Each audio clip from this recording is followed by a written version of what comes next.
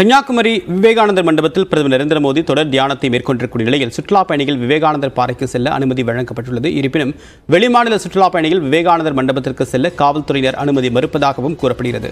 கள தகவலுடன் நிகழ்ச்சிய சிறப்பு செய்தியாளர் சிவமணி விவரம் என்ன? இந்த கட்டுப்பாடுகளை எப்படி பின்பற்றுறாங்க? தற்போது பொதுமக்களுக்கு ஏதாவது சிரமம் ஏற்பட்டிருக்கா? தேவா, கன்னியாகுமரி மாவட்டத்தில் 3 நாள் பயணமாக பாரத பிரதமர் மோடி நேற்றைக்கு வந்திருந்த நிலையில் அவர் தொடர்ந்து தியானத்தை இன்று காலை முதல் விவேகானந்தர் மண்டபத்தில் தியானத்தை துவங்கியிருக்கிறார்.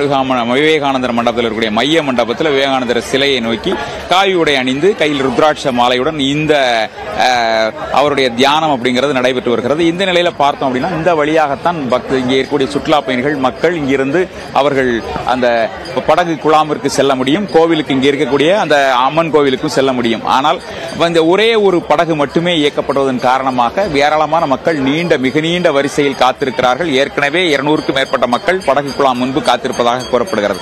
இந்த சூழலில் தான் வெளி மாநிலங்களிலிருந்து வந்த ஏராளமான மக்கள் மட்டுமல்லாது தமிழகத்தினுடைய பல்வேறு பகுதியில் இருந்த மக்களும் இந்த பகுதியில் காத்திருக்கக்கூடிய நிலை ஏற்படுகிறது. சற்றேறக்குறைய 3 படகுகளுக்கு அங்கே மக்கள் இருக்கக்கூடிய நிலையில் இங்கே ஒரு 100க்கும் மேற்பட்ட மக்கள் காத்திருக்கிறார்கள். 1 மணி நேர இடைவெளியில் மட்டுமே அவர்கள் அங்கே உள்ளே அனுமதிக்கப்படக்கூடிய நிலை அப்படிங்கிறது காணப்படுகிறது. இதன் காரணமாக அவர்களுக்கு மிகப்பெரிய சிரமம் ஏற்பட்டிருப்பதாக தெரிய வருகிறது.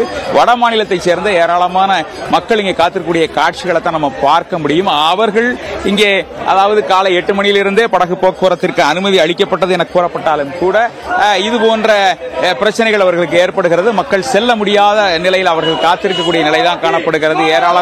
ஏராளமான மக்கள் காத்திருக்கக்கூடிய நிலையில அவர்கள் அந்த படகு குழாமிற்கு செல்ல முடியாத நிலை ஏற்பட்டிருக்கிறது. அவர்கள் இந்த ஒரு மணி நேர இடைவெளியில இன்று மாலை வரைக்கும் அவர்களுக்கு இந்த படகு போக்குவரத்திற்கு அனுமதி அளிக்கப்படும் என தெரிகிறது.